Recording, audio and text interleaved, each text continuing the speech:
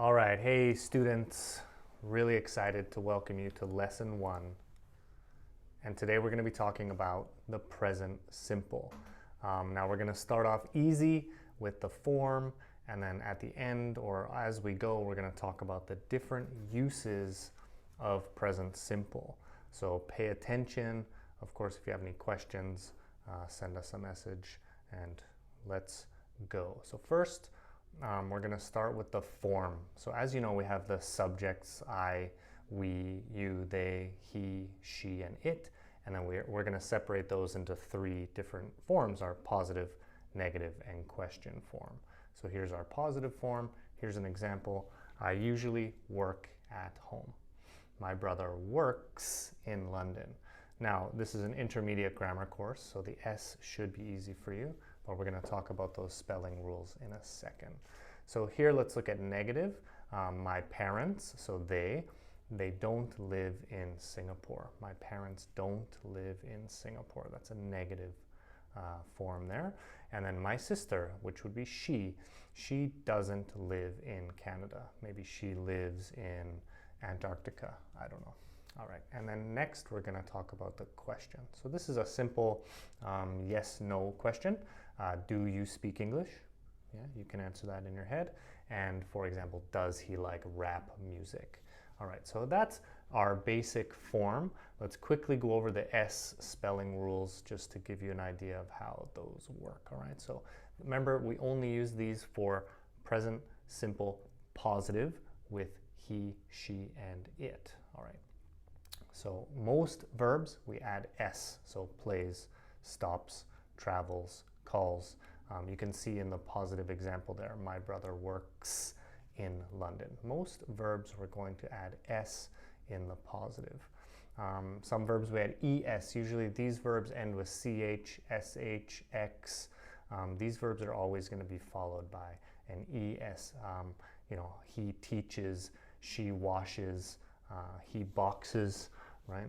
He does yoga, things like that. We're going to use ES after those words there. And then with verbs that end with Y, we're going to remove the Y and we're going to add IES.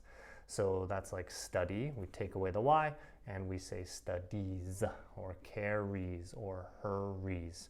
Now that's basic. That should be really, really easy for you. But of course, you guys have access to these slides, so please study them if you have any problems with that. All right, so next we're going to move on to the first reason why we use the present simple. But first, obviously, as I said before, S is kind of the most common. So if you're doing a test or something like that and you don't know which spelling it is, just add S and most likely you're going to be correct. All right, so let's move on to rule number 1 or reason number 1. All right, or sorry, let's actually do a little summary here first. Here are a few different reasons that we use the present simple for. So to talk about habits, things that we do that we can't control and usually we can't stop. States, these are not actions like, love, hate. These verbs we cannot use with ing, for example, which you'll see in the next video. Facts, these are things that are always true. Water boils at 100 degrees. Routines or hobbies, these are things that I do every day. Watch Netflix, go to the gym, run 10 kilometers. Okay, I don't run 10 kilometers, but maybe you do. So exercise, go to the gym.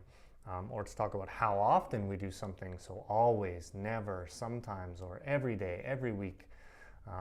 Wash your hands often. That's important, especially now. All right, well, I guess always. And for future timetables, so this is probably the least common form or the least common use. If you're an intermediate student or above, you're going to see the 6th reason there why we use present simple. So let's get into it. Let's get into each one in detail and see what we think. This is pretty easy though. It's lesson number 1, so it should be okay. All right, so we use this to talk about our habits. We use this to talk about our habits. Now, a habit is something that we do, a regular action that we do that's often difficult to stop, right? So like if you're or you can't control or you don't know that you're doing it, right? So for example, I can say, and this is true for me, I bite my nails when I work, right? I bite my nails when I work. I don't even think about it. I'm just suddenly I'm biting my nails, right? But in this case, this is talking about every day, something that I do often, and that is why we use present simple. So I bite my nails when I work. All right. So this girl Mary here, she's upset, and I could say Mary binges on chocolate when she's upset. Mary binges on chocolate when she's upset. If you know that word, I'll be really impressed. All right, and this guy, he doesn't smoke when their children are around, right? So maybe he smokes, that's a bad habit, or a habit in general, good or bad, up to you. But he smokes, but he doesn't smoke when his children are there. He doesn't smoke when his children are there. So that's a good dad, right? Maybe he smokes outside, away from his children. All right. So binge, what does that word mean? Here's a little vocabulary lesson.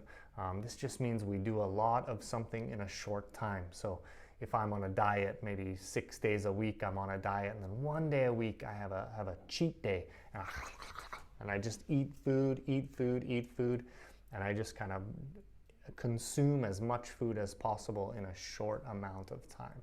Or for example, we can binge watch series on Netflix or Disney Plus, right? So binge watch means we watch episode 1, episode 2, episode 3, episode 4, episode 5.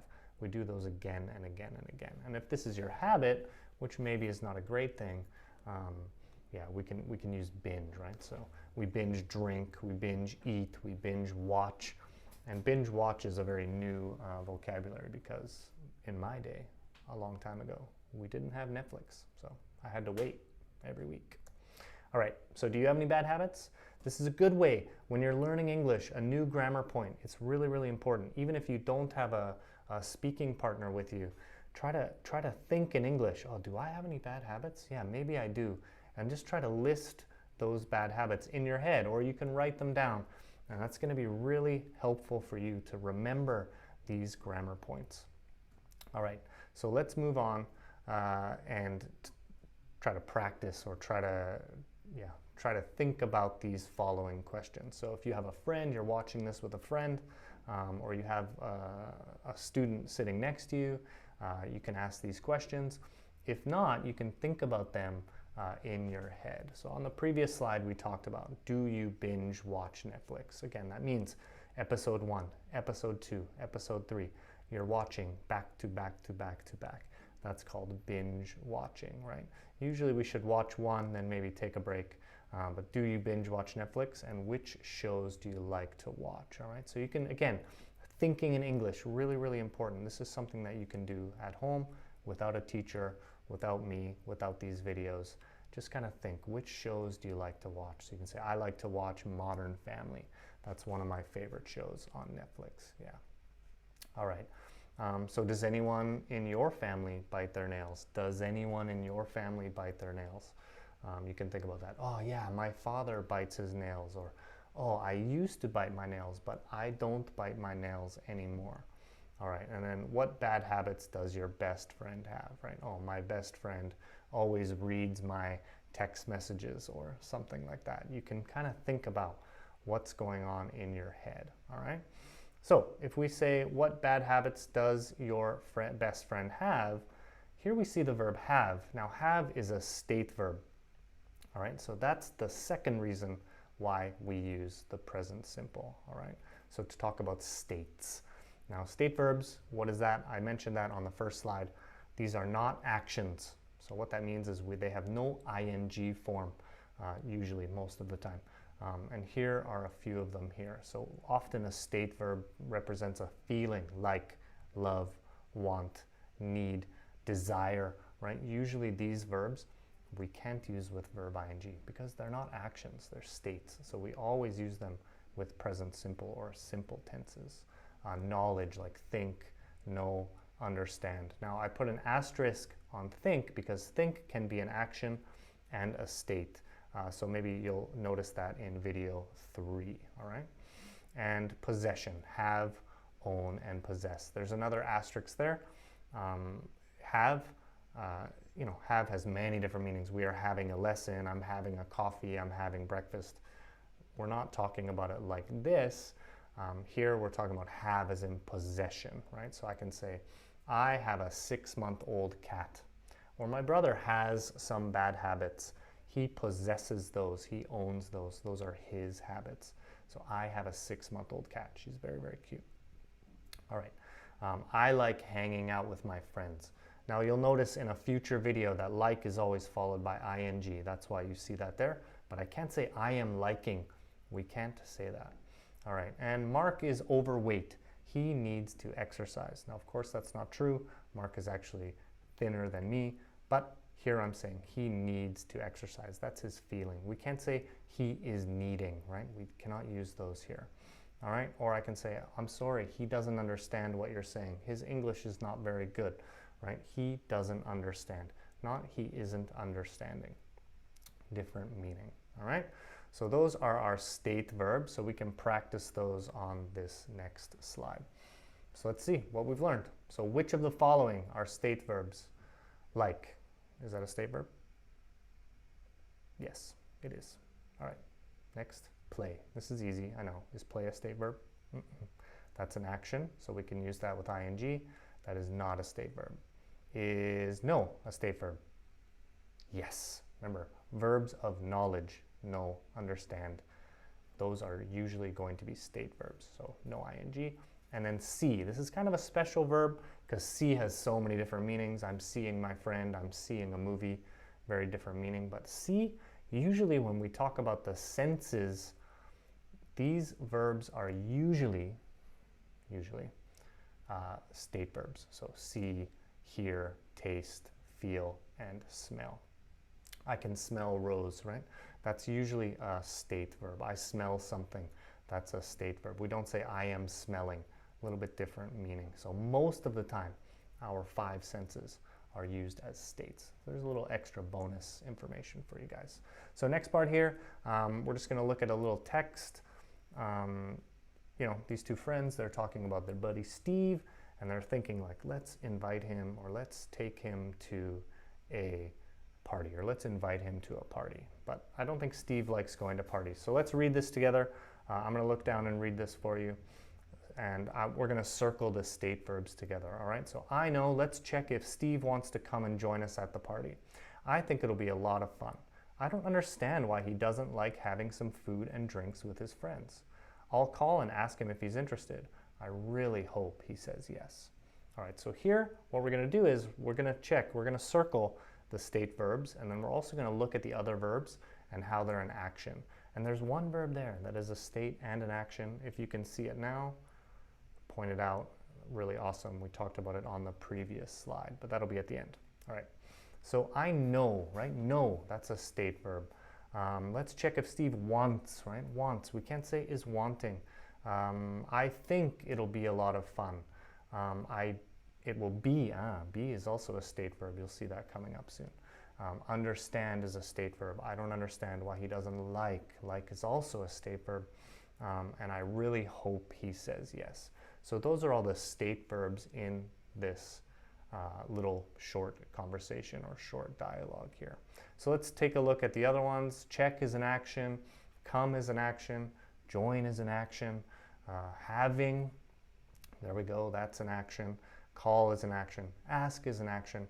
And actions can be used with ing. We've talked about this many, many times. States cannot. So do not use state verbs with ing. Can't do it. So, but we see this one, having.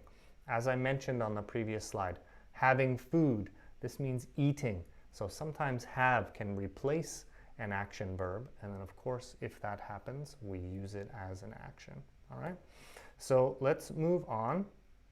We're going to talk about number 3, or the third reason why we use the present simple. And here we're talking about facts.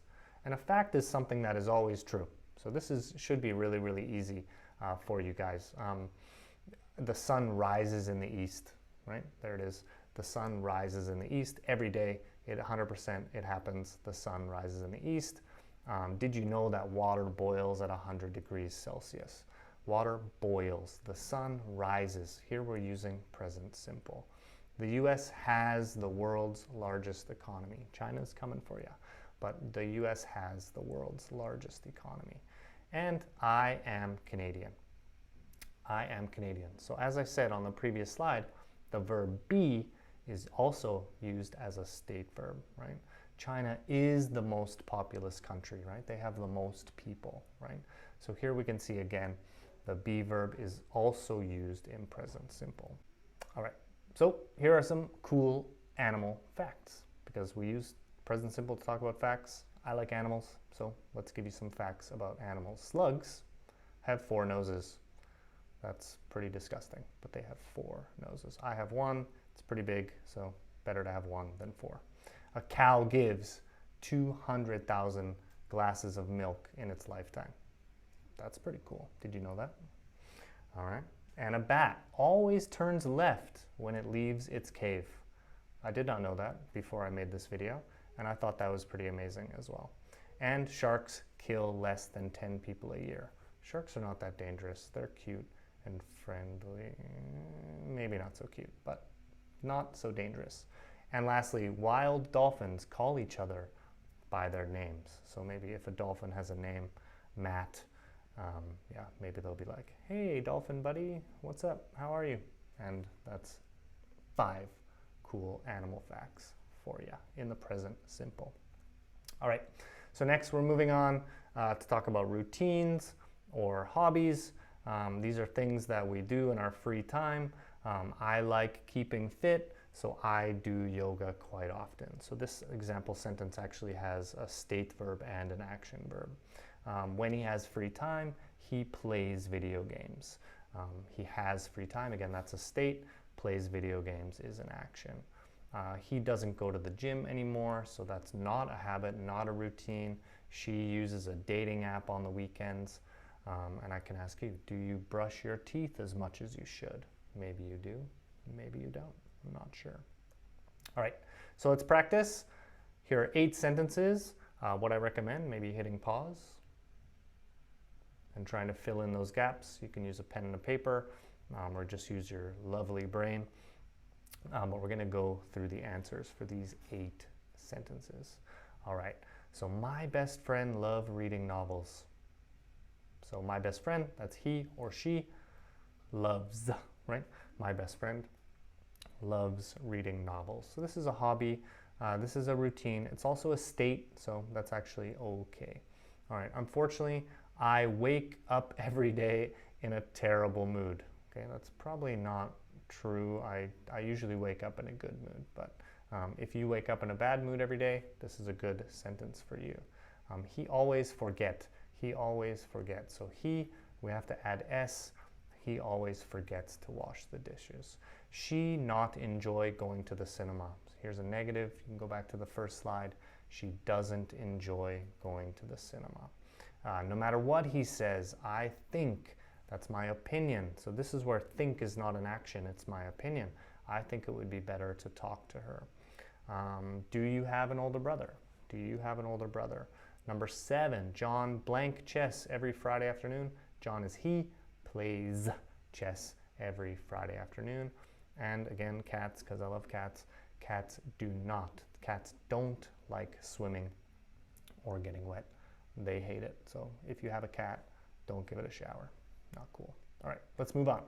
Number 5, how often we do something. So there's actually 2 rules here. So there's going to be 2 slides. First, we're going to talk about adverbs of frequency. These are things like always, usually, sometimes, never, often, hardly ever, things like that. Those are the verbs that we use to talk about, or adverbs that we use to talk about how often we do something. So I usually call these AOF, adverbs of frequency, just because it's easier for my students to understand. So let's take a look. There are 2 rules here. The AOF goes before the main verb. When it rains, I always take an umbrella. Not I take always, I always take an umbrella, or always I take. No, no, no.